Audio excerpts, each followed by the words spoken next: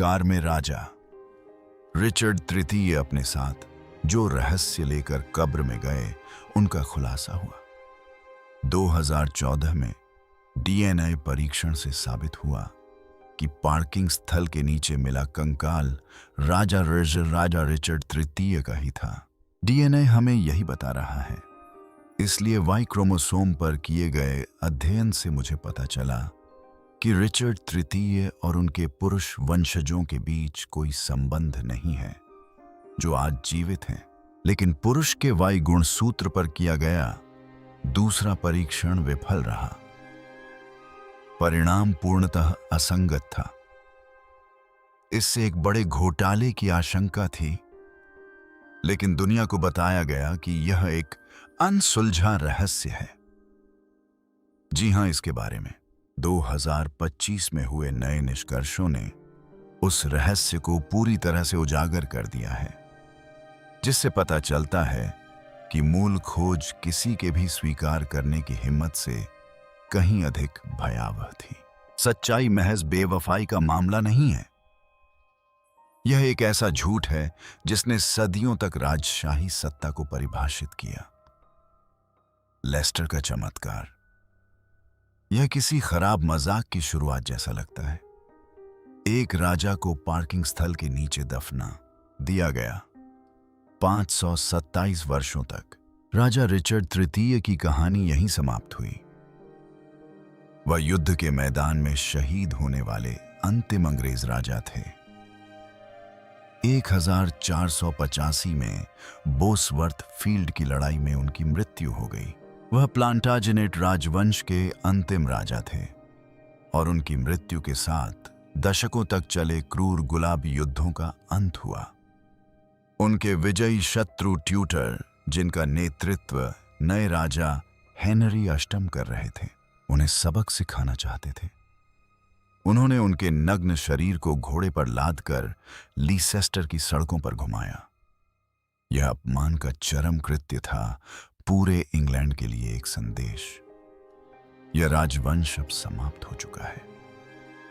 इसके बाद उन्हें थे ग्रे फ्रायर्स नामक एक गिरजाघर में एक साधारण कब्र में दफनाया गया। लेकिन यहां एक पेंच है। इतिहास आगे बढ़ता है। कुछ ही दशकों बाद धर्म सुधार आंदोलन के दौरान गिरजाघर को ध्वस्त कर दिया गया। उसके पत्थर गाड़ियों में भरकर ले जाए गए। उसकी जमीन बेच दी गई। उस पर पक्की सड़क बना दी गई और उसका उपयोग बदल दिया गया। कुछ ही पीढ़ियों में राजा की कब्र का सही स्थान गुम हो गया। वह बस गायब हो गई। कई किंवदंतियां प्रचलित हो गईं कि भीड़ ने उसकी हड्डियां खोदकर पास की नदी में फेंक दी थीं। वह इतिहास से लगभग पूरी तरह लुप्त हो गया। उन्हें ज्यादातर शेक्सपियर के मशहूर नाटक में एक भयानक विकृत खलनायक के रूप में याद किया जाता है। लेकिन तभी फिलिपा लैंगली नाम की एक पटकथा लेखिका को एक आशंका हुई। वह रिचर्ड के प्रति आसक्त हो गई, न कि एक राक्षस के रूप में बल्कि एक इंसान के रूप में। उन्हें लगा कि ऐतिहासिक विवरण केवल उपदेशक प्रचार मात्र हैं। उन्होंने वर्षों तक पुराने धूल भरे नक्शों का अध्ययन किया और लीसेस्टर के पुराने शहर को नए आधुनिक शहर के साथ मिलाने की कोशिश की। उनका शोध बार बार एक बेहद ही अशोभनीय स्थान की ओर इशारा कर रहा था। एक नीरस डामर से बना नगर परिषद का पार्किंग स्थल। यह सब सुनकर अजीब लगता है।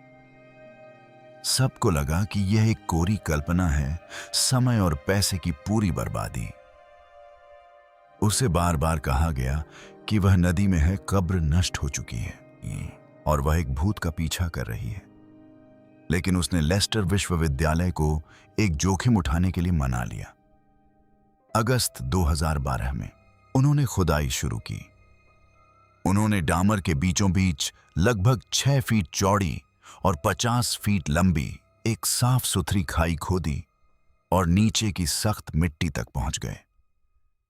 मीडिया ने इसे व्यर्थ की खोज करार दिया, लेकिन खुदाई के पहले ही दिन उन्हें इंसानी टांगों की हड्डियां मिली। यह एक चौंकाने वाली शुरुआत थी, लेकिन ये किसी की भी हो सकती थी। आखिर ये एक चर्च का कब्रिस्तान था। टीम ने बड़ी सावधानी से सदियों पुरानी मिट्टी हटाई और जमीन से एक कहानी उभरने लगी। कंकाल, जिसे आधिकारिक तौर पर कंकाल एक नाम दिया गया, एक ऐसी कब्र में मिला जो बेतरतीब ढंग से खोदी गई थी, और सबसे चौंकाने वाली बात यह है कि शरीर के लिए बहुत छोटी थी। इस वजह से सिर एक अजीब और गरीब स्थिति में टिका हुआ था। यह किसी प्रिय सम्राट का अंतिम संस्कार नहीं था। यह उनके शत्रुओं का जल्दबाजी में किया गया अपमानजनक कार्य था। कंकाल लगभग 30 वर्ष की आयु के एक व्यक्ति का था। रिचर्ड की मृत्यु 32 वर्ष की आयु में हुई। उनकी हड्डियां घावों से छलनी थीं। कुल मिलाकर 10 घाव थे। इनमें से 8 खोपड़ी पर थे। यह किसी आकस्मिक तीर का वार नहीं था। इससे संकेत मिलता है कि युद्ध की अफरा तफरी में हेलमेट खो जाने या हट जाने के बाद उन पर बेरहमी से व्यक्तिगत हमला किया गया था। सिर पर लगे 2 घाव बहुत गहरे थे, जिनमें से कोई भी जानलेवा साबित हो सकता था। एक घाव खोपड़ी के निचले हिस्से पर किसी तेज धार वाले हथियार से हुआ था, जो संभवतः तलवार से लगा था। दूसरा घाव एक भयानक वार था जो एक लंबे भाले जैसे हथियार से हुआ था और सीधे उसके सिर के ऊपरी हिस्से को भेद गया था। यह महज युद्ध में शहीद होने वाला व्यक्ति नहीं था। यह एक ऐसा राजा था जिसे चारों ओर से घेर लिया गया, घोड़े से उतार दिया गया और उन्माद में आकर मार डाला गया। लेकिन असली चौंकाने वाला क्षण, वह विवरण जिसने पुरातत्वविदों के दिलों की धड़कनें बढ़ा दी, वह रीढ़ की हड्डी थी। कंकाल में एक गंभीर घुमाव था जिसे किशोरावस्था में होने वाला स्कोलियोसिस कहा जाता है। सदियों से रिचर्ड तृतीय को ट्यूटर प्रचार के माध्यम से एक विषैले कुबड़ के रूप में चित्रित किया जाता रहा था। हड्डियों ने साबित कर दिया कि यह एक दुर्भावनापूर्ण अतिशयोक्ति थी, लेकिन यह एक वास्तविक चिकित्सीय स्थिति पर आधारित थी। घुमाव इतना अधिक था कि इससे उनका दाहिना कंधा उनके बाएं कंधे से काफी ऊंचा दिखाई देता था। यह एक शारीरिक विशेषता ऐतिहासिक वर्णनों से पूरी तरह मेल खाती थी। बाद में आइसोटोप विश्लेषण नामक तकनीक का उपयोग करके दांतों और हड्डियों के विश्लेषण से पता चला कि उनका आहार समुद्री भोजन और शराब से भरपूर था। इस प्रकार का महंगा भोजन 15वीं शताब्दी में केवल उच्च सामाजिक स्थिति वाले व्यक्ति ही वहन कर सकते थे। सब कुछ एक अविश्वसनीय निष्कर्ष की ओर इशारा कर रहा था। उन्होंने उसे ढूंढ लिया था। फिर भी यह सब महज ठोस परिस्थितिजन्य सबूत थे। 100% निश्चित होने के लिए उन्हें कुछ और ठोस सबूत चाहिए था, ऐसा सबूत जिस पर कोई विवाद न हो सके। उन्हें उसके आनुवंशिक कोड में लिखी कहानी पढ़नी थी। हड्डियों ने एक कहानी बयां की थी, लेकिन उसका खून एक राज खोलने वाला था। एकदम सटीक मिलान और असंभव सा मोड़। एक संभावित राजा का कंकाल उनकी प्रयोगशाला में पड़ा था और लीसेस्टर विश्वविद्यालय के वैज्ञानिकों के सामने एक बड़ी चुनौती थी। 500 साल से अधिक समय से जमीन में दबी हड्डियों से उपयोगी डीएनए प्राप्त करना बेहद मुश्किल है, और यह कहना भी कम होगा। प्राचीन डीएनए समय के साथ नष्ट हो जाता है। यह बिखर जाता है, छोटे छोटे टुकड़ों में टूट जाता है, जैसे कोई अनमोल फूलदान कंक्रीट के फर्श पर गिर जाए। इससे भी बुरी बात यह है कि इसे छूने वाले हर व्यक्ति के डीएनए से यह आसानी से दूषित हो जाता है।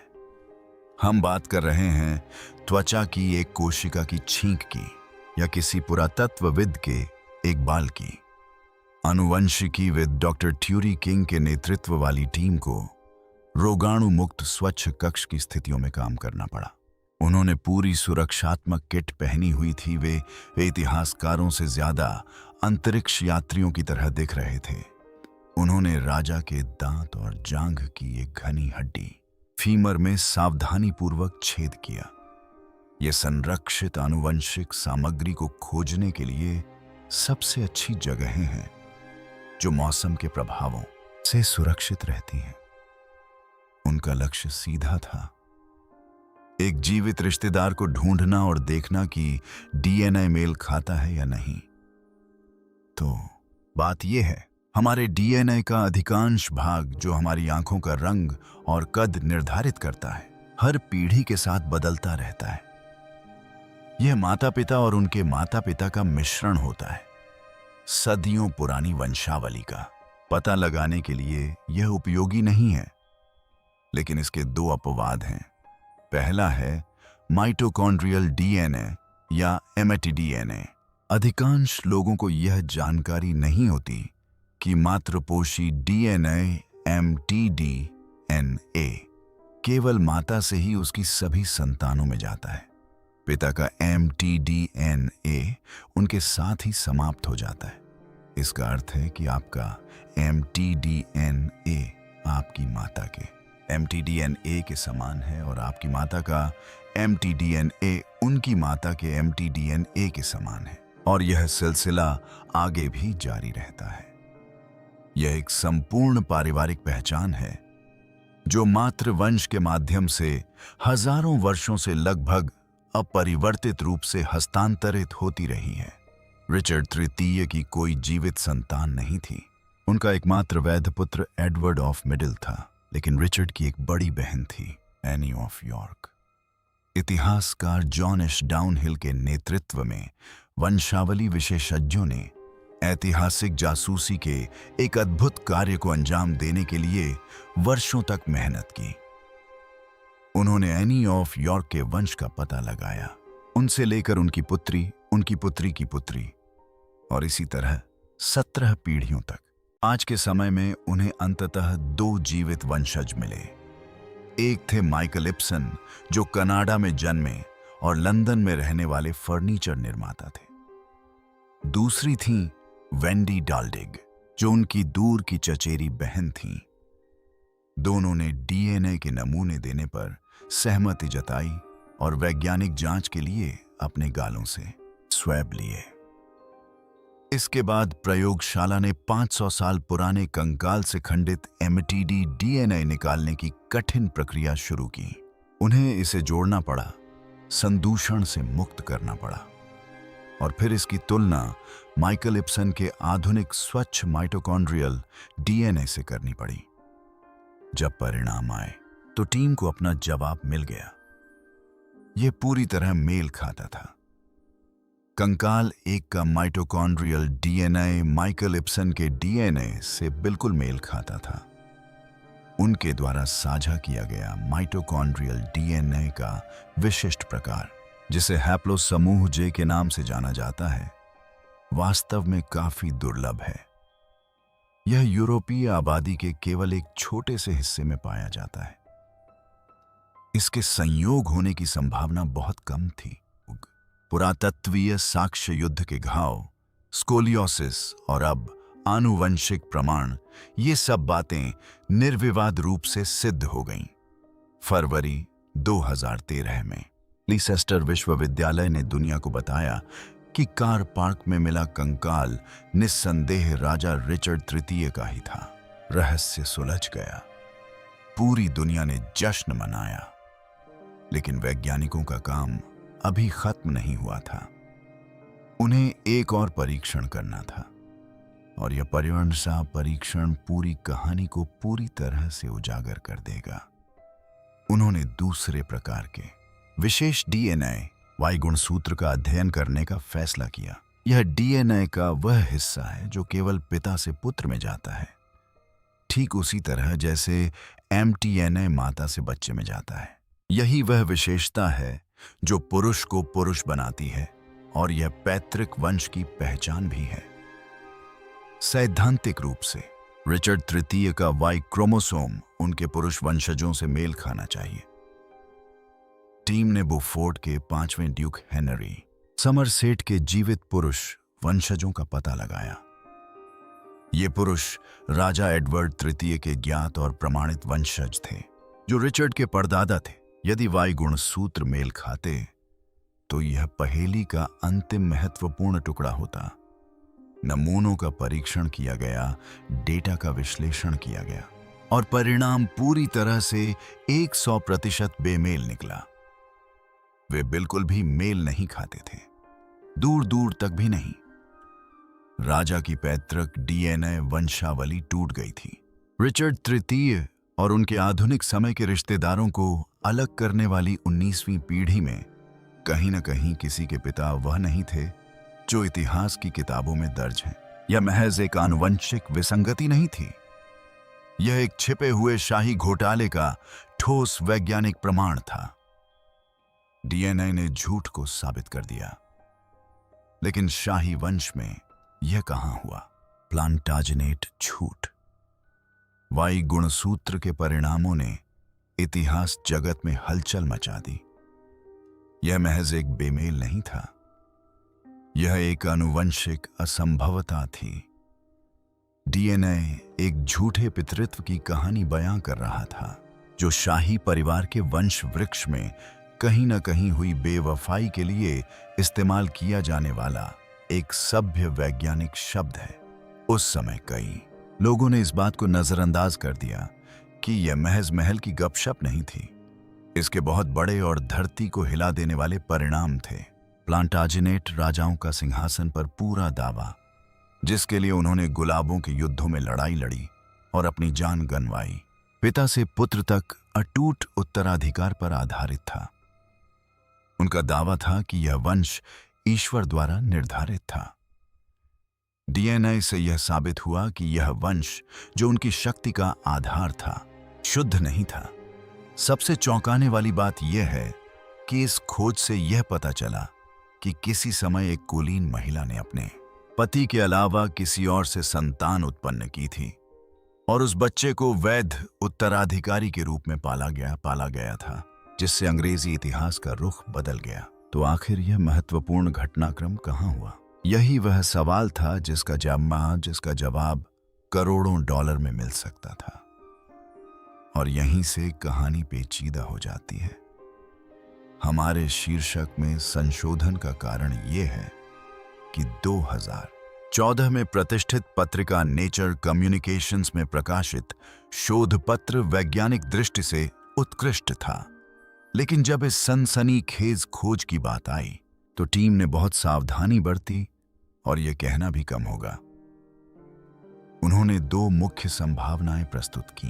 पहली संभावना यह है कि वाईगुणसूत्र वंश में यह व्यवधान रिचर्ड तृतीय के बाद हुआ, जिसका अर्थ है कि यह समरसेट वंशजों की 500 साल लंबी वंशावली में कहीं हुआ होगा, जो आधुनिक समय के ड्यूक ऑफ बुफोर्ड हैं।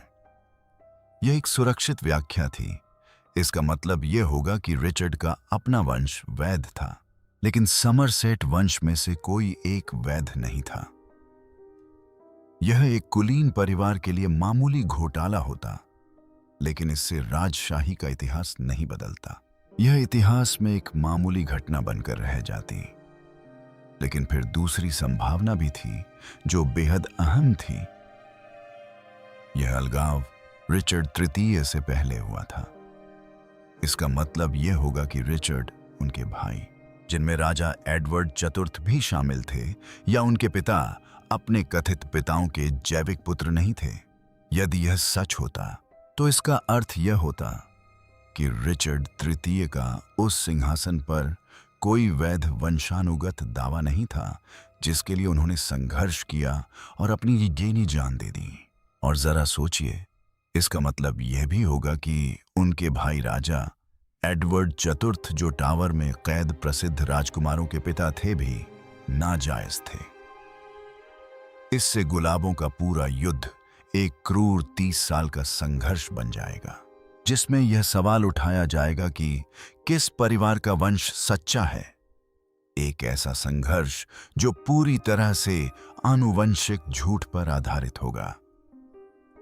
यॉर्क परिवार, जिसने इस पैतृक वंश के आधार पर सिंहासन पर दावा किया था, का कोई दावा ही नहीं रह जाएगा।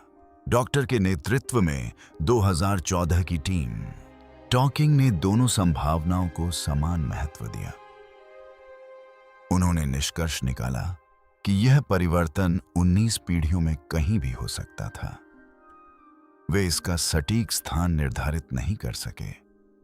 उस समय विज्ञान इतना उन्नत नहीं था कि यह पता चल सके कि कौन सा वाई गुणसूत्र वास्तविक पादप गुणसूत्र था और कौन सा परिवर्तन था। इतनी सावधानी बरतकर उन्होंने प्रभावी रूप से इस खोज के प्रभाव को कम कर दिया। उन्होंने इसके प्रभाव को कम कर दिया।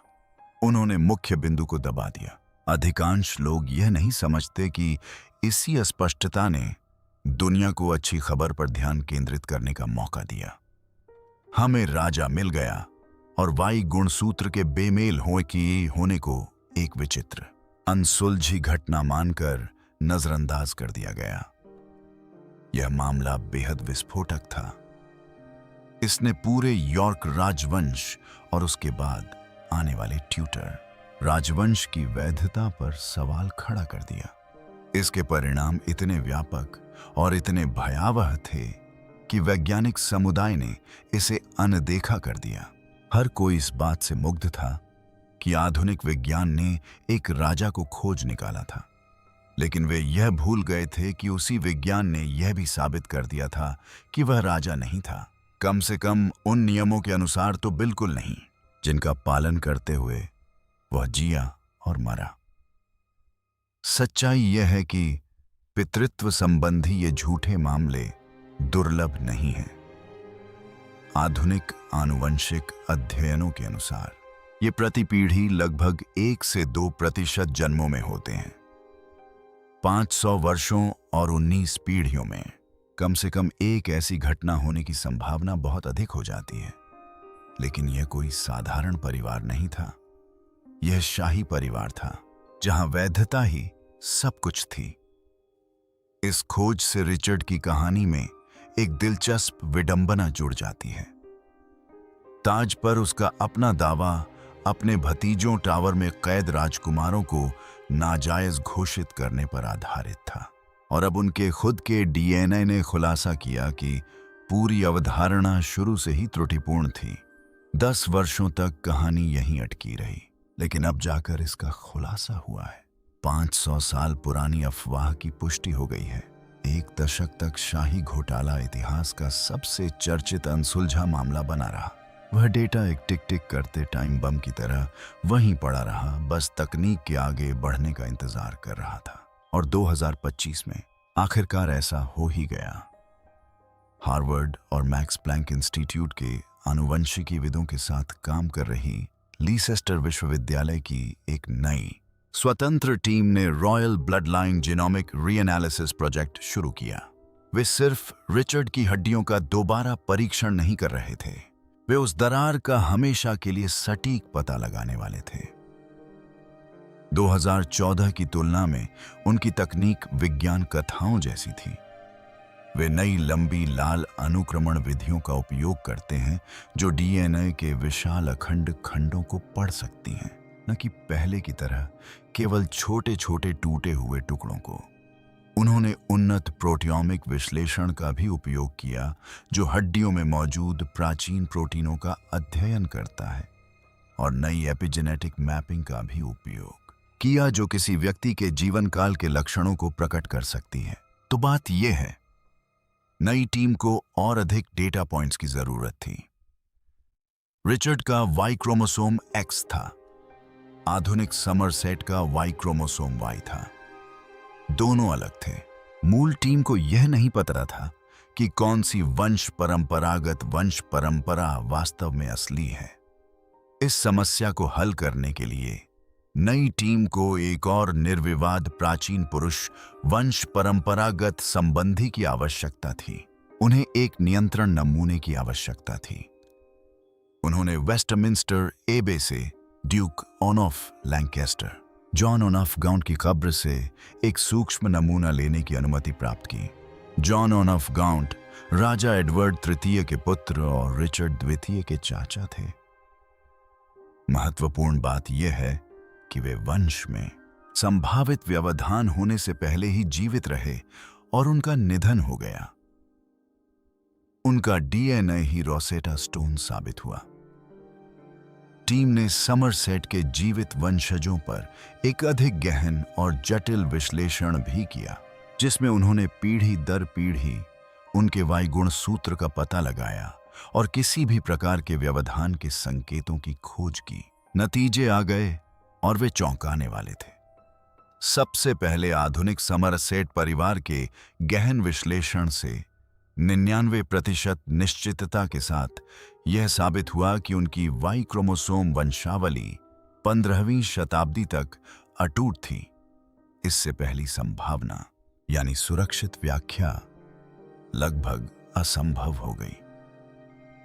यह टूटन उनके परिवार की तरफ से नहीं थी। फिर टीम ने जॉन ऑफ गाउंट के नए प्राचीन नमूने का परीक्षण किया। कंप्यूटर ने डेटा का विश्लेषण किया और आश्चर्यजनक रूप से उनका वाई क्रोमोसोम आधुनिक समरसेट परिवार के वाई क्रोमोसोम से पूरी तरह मेल खाता था। सबसे चौंकाने वाली बात यह है कि यही निर्णायक सबूत था। इसने साबित कर दिया कि समरसेट वंश ही प्लांटाजिनेट परिवार का असली पुरुष वंश था। इसलिए जो वाई क्रोमोसोम मेल नहीं खाता था वही रिचर्ड तृतीय का था। यह अलगाव रिचर्ड के तत्काल पारिवारिक वृक्ष में ही हुआ होगा। 2025 के नए अध्ययन ने न केवल इसका संकेत दिया बल्कि इसे साबित भी कर दिया। पितृत्व संबंधी यह गलत घटना रिचर्ड के दादा कैम्ब्रिज के अर्ल रिचर्ड और स्वयं रिचर्ड के बीच घटी थी। अब इतिहास की सारी निगाहें एक ही व्यक्ति पर टिक गईं। रिचर्ड तृतीय के पिता यॉर्क के ड्यूक रिचर्ड। और अचानक 500 साल पुरानी एक अफवाह सच साबित हो गई। रोजेस के युद्धों के दौरान यॉर्क राजवंश के दुश्मनों ने एक दुर्भावनापूर्ण अफवाह फैलाई थी। उन्होंने दावा किया कि यॉर्क के ड्यूक रिचर्ड कैम्ब्रिज के अर्ल के पुत्र नहीं थे। उन्होंने दावा किया कि जब उनके पति युद्ध में गए हुए थे तब उनकी मां सेसिली नेविल का किसी और के साथ संबंध था। उन्होंने कथित पिता का नाम भी बताया जो ब्लॉर्न नाम का एक सुंदर अंग्रेज तीरंदाज था। उस समय इसे राजनीतिक कीचड़ उछालने की साजिश बताकर खारिज कर दिया गया था। यह यॉर्किस्ट के दावे को कमजोर करने के लिए गढ़ी गई एक घटिया कहानी मात्र थी, लेकिन 2025 के डीएनए विश्लेषण से साबित होता है कि यह अफवाह काफी हद तक सच थी। यॉर्क के ड्यूक रिचर्ड, जिन्होंने यह दावा करके गुलाबों के युद्धों की शुरुआत की थी कि उनका रक्त राजाओं से भी शुद्ध है, वास्तव में नाजायज थे। इससे एक से अधिक राजाओं की कहानी बदल जाती है। यह पूरे राजवंश का इतिहास ही बदल देता है। वंश का अंत हो जाता है। तो चलिए इस विषय पर बिल्कुल सरल और व्यावहारिक तरीके से बात करते हैं। कोई जटिल अकादमिक शब्दावली नहीं, कोई पुरानी पाठ्य पुस्तकों की भाषा नहीं। आइए बैठकर इस सब का अर्थ समझते हैं, क्योंकि अगर आप इसे देख रहे हैं तो शायद आप भी वही सवाल पूछ रहे होंगे जो हम पूछ रहे हैं। क्या यह सब सिर्फ अटकलें हैं? क्या यह सिर्फ एक और काल्पनिक परिदृश्य है? क्या यह सब रातों रात हुआ? क्या हम कोई महत्वपूर्ण जानकारी भूल रहे हैं? आप सोच रहे होंगे कि क्या यह देर रात इंटरनेट फोरम पर गढ़ी गई एक और साजिश की थ्योरी है। असल बात यह है कि यह अब अटकलबाजी नहीं है। यही सबसे डरावनी बात है। 2025 में सामने आया अध्ययन कोई थ्योरी नहीं था, कोई सुझाव नहीं था, कोई आकर्षक संभावना नहीं थी। यह ठोस, निर्मम, भावहीन आनुवंशिक डेटा था। यह अंतिम स्पष्ट सत्य है। यह वह सत्य है जो इतना परेशान करने वाला, इतना चौंकाने वाला था कि 2014 के अध्ययन को इसके इर्द गिर्द घूमना पड़ा। आपको याद होगा कि 2014 में जब रिचर्ड तृतीय का शव मिला था, तब वैज्ञानिकों ने एक जटिलता की ओर इशारा किया था। उन्होंने वाई क्रोमोसोम की वंश रेखा में कहीं एक रुकावट देखी थी। उन्होंने इसे एक मामूली प्रशासनिक त्रुटि, समय के साथ खो गई वंशावली संबंधी एक भूल जैसा बताया था। उन्होंने सुझाव दिया था कि यह 19 पीढ़ियों में कहीं भी हो सकता है। उन्होंने इसे स्वीकार्य और सुरक्षित बना दिया था। लेकिन 2025 का अध्ययन, यह तो बिना सेंसर किया हुआ संस्करण था। यह निर्देशक का संपादित संस्करण था। यह वही संस्करण था जिसे वे एक दशक पहले प्रकाशित करने से डरते थे। इस अध्ययन ने केवल एक अंतर का पता नहीं लगाया, बल्कि उस अंतर को सटीक रूप से इंगित किया। और इसके परिणाम चौंकाने वाले हैं। ये इतिहास की किताब की एक पंक्ति को दोबारा नहीं लिखते, वे पूरी किताब को तहस नहस कर देते हैं। वह झूठ जिसने एक राजवंश की नींव रखी। यहां एक चौंकाने वाला खुलासा है, बिल्कुल सीधा सादा।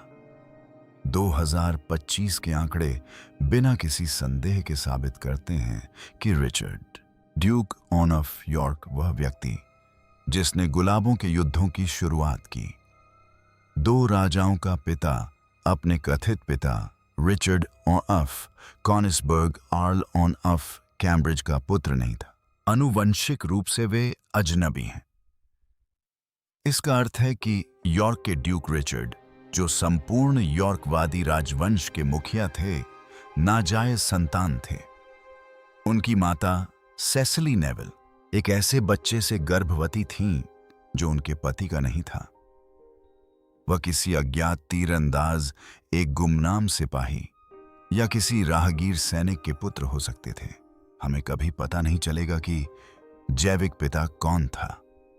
हम सिर्फ इतना जानते हैं कि वह कौन नहीं था। और अगर ड्यूक ऑफ यॉर्क का कोई दावा नहीं था, तो इसका उनके बच्चों के लिए क्या मतलब है?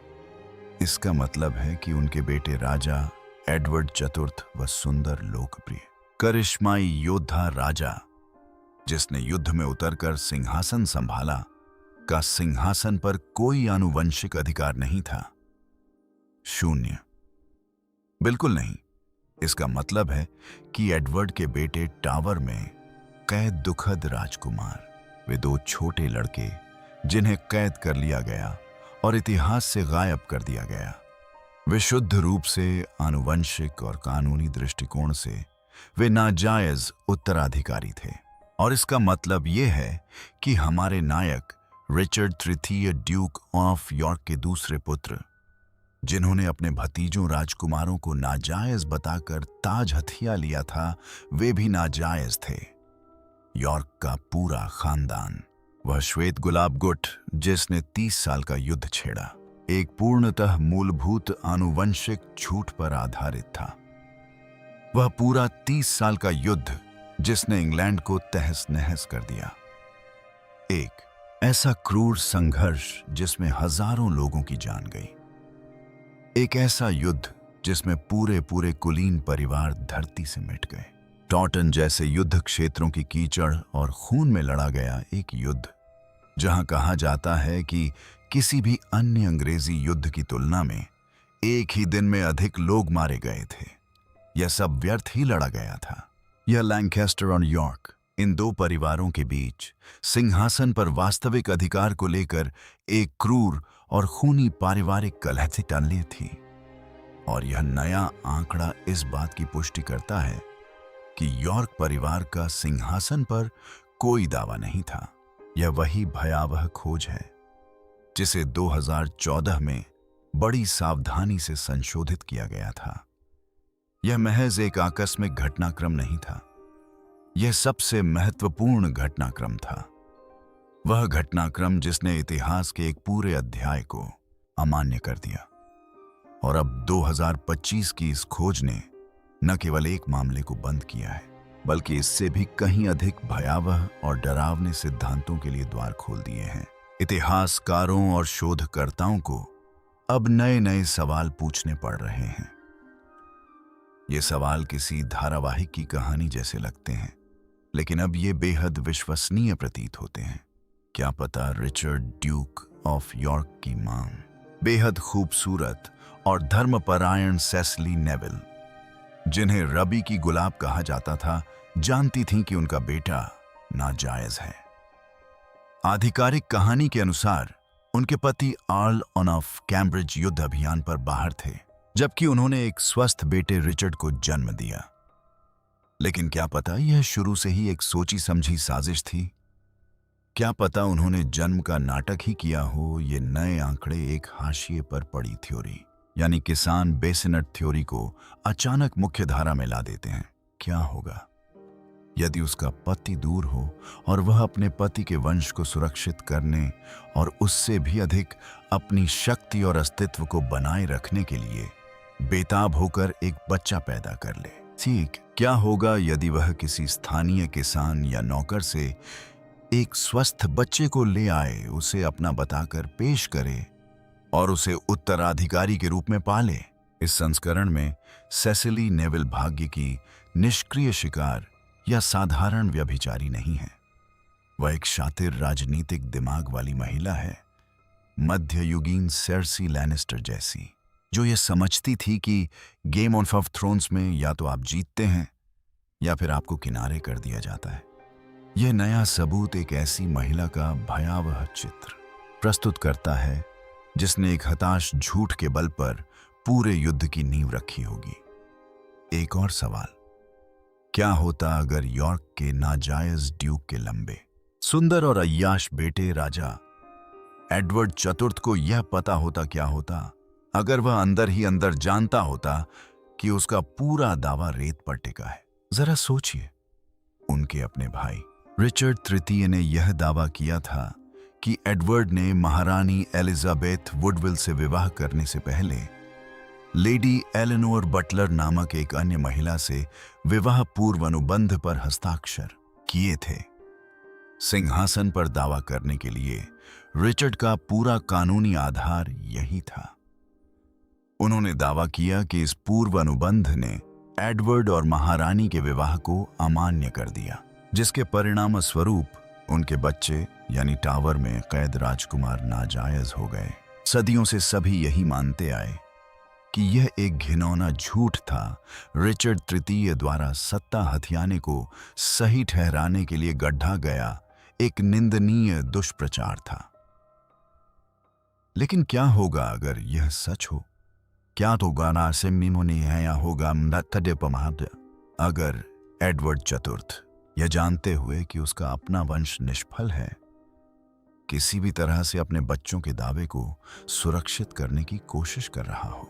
क्या होगा अगर वह अपने पिता के दावे की कमी को लेकर इतना असुरक्षित था कि उसने शक्तिशाली परिवारों में दोहरी शादी करने की कोशिश की ताकि अपने वंश को वैध रक्त वाले किसी भी व्यक्ति से जोड़ सके? कि क्या होगा अगर पूर्व अनुबंध एक गलती नहीं बल्कि एक असफल योजना थी? यह एडवर्ड के पूरे शासनकाल, उसकी अय्याशी भरी पार्टियों और उसकी सार्वजनिक छवि के प्रति उसके जुनून को एक नया रूप देता है। क्या यह सब महज एक आकर्षक चाल थी, एक ऐसा प्रदर्शन जिससे लोग उसके मूल के बारे में कठिन सवाल पूछना भूल जाएं? यह सिद्धांत बताता है कि उसके भाई रिचर्ड ने अनुबंध से पहले की कहानी नहीं गढ़ी थी। उसने बस एक ऐसे रहस्य का इस्तेमाल किया जो पूरे परिवार को पहले से ही पता था। इससे सबसे बड़ा और सबसे अजीब सिद्धांत सामने आता है जो इतिहास के सबसे कुख्यात रहस्य टावर में कैद राजकुमारों से जुड़ा है। हम जानते हैं कि रिचर्ड तृतीय ने सिंहासन संभाला था। हम जानते हैं कि उसने अपने भतीजों को कैद कर लिया था। हम मानते हैं कि उसने उन्हें हटाने का आदेश दिया था। लेकिन क्यों? इसका सीधा सा जवाब है सत्ता। लेकिन क्या होगा अगर इसके पीछे कुछ और गहरा, कुछ कहीं अधिक पेचीदा रहस्य हो? क्या होगा अगर वफादार भाई रिचर्ड तृतीय ही परिवार में एकमात्र ऐसा व्यक्ति हो जिसे इस बड़े रहस्य का पता न हो? इस परिदृश्य की कल्पना कीजिए। रिचर्ड समर्पित और गंभीर छोटा भाई है। वह अपने गौरवशाली बड़े भाई एडवर्ड को अपना आदर्श मानता है। वह यॉर्क वंश में विश्वास रखता है। वह अपने पिता के न्याय संगत होने पर विश्वास करता है। फिर किसी तरह उसकी मां सेसिली का मृत्युशैया पर किया गया एक कबूलनामा, एक छिपा हुआ पत्र और एक विश्वसनीय सलाहकार द्वारा फुसफुसाकर फैलाई गई एक अफवाह, उसे पता चलता है कि यह सब झूठ है। उसका पिता नाजायज था उसका राजा भाई नाजायज था और अब ताज उसके भाई के बेटे को मिलने वाला है, जो विषैले वृक्ष का फल है। यह नया आनुवंशिक डेटा इस संभावना को खोलता है कि रिचर्ड तृतीय केवल सत्ता का भूखा तानाशाह नहीं था, वह एक ऐसा व्यक्ति था जिसका पूरा विश्व दृष्टिकोण, उसकी पूरी पहचान चकनाचूर हो गई थी। क्या होगा यदि राजकुमारों को हटाना केवल सत्ता हथियाने का प्रयास न हो? क्या होगा यदि यह वंश को शुद्ध करने का एक हताश, घबराया हुआ, पागलपन भरा प्रयास हो, शुद्धिकरण का एक विकृत कृत्य हो? वह अपने भतीजों को प्रतिद्वंद्वी नहीं, बल्कि अपने परिवार के झूठे दावे का जीता जागता सबूत मानता था। उसे उन्हें मिटाना ही था, न केवल ताज हासिल करने के लिए, बल्कि उस असंभव को ठीक करने के लिए, उस झूठ को मिटाने के लिए जो उसके जन्म से 50 साल पहले बोला गया था। इस सिद्धांत के अनुसार डीएनए की सच्चाई ही वह कारण थी जिसने उसे पागल कर दिया और उसे अकल्पनीय काम करने के लिए मजबूर कर दिया। तो अगर पूरी वंश परंपरा ही झूठ थी, तो क्या इसका मतलब यह है कि इस वंश से संबंधित वर्तमान शाही परिवार का कोई दावा नहीं है? नीचे कमेंट करके अपने विचार जरूर बताएं। लाइक और सब्सक्राइब करना न भूलें।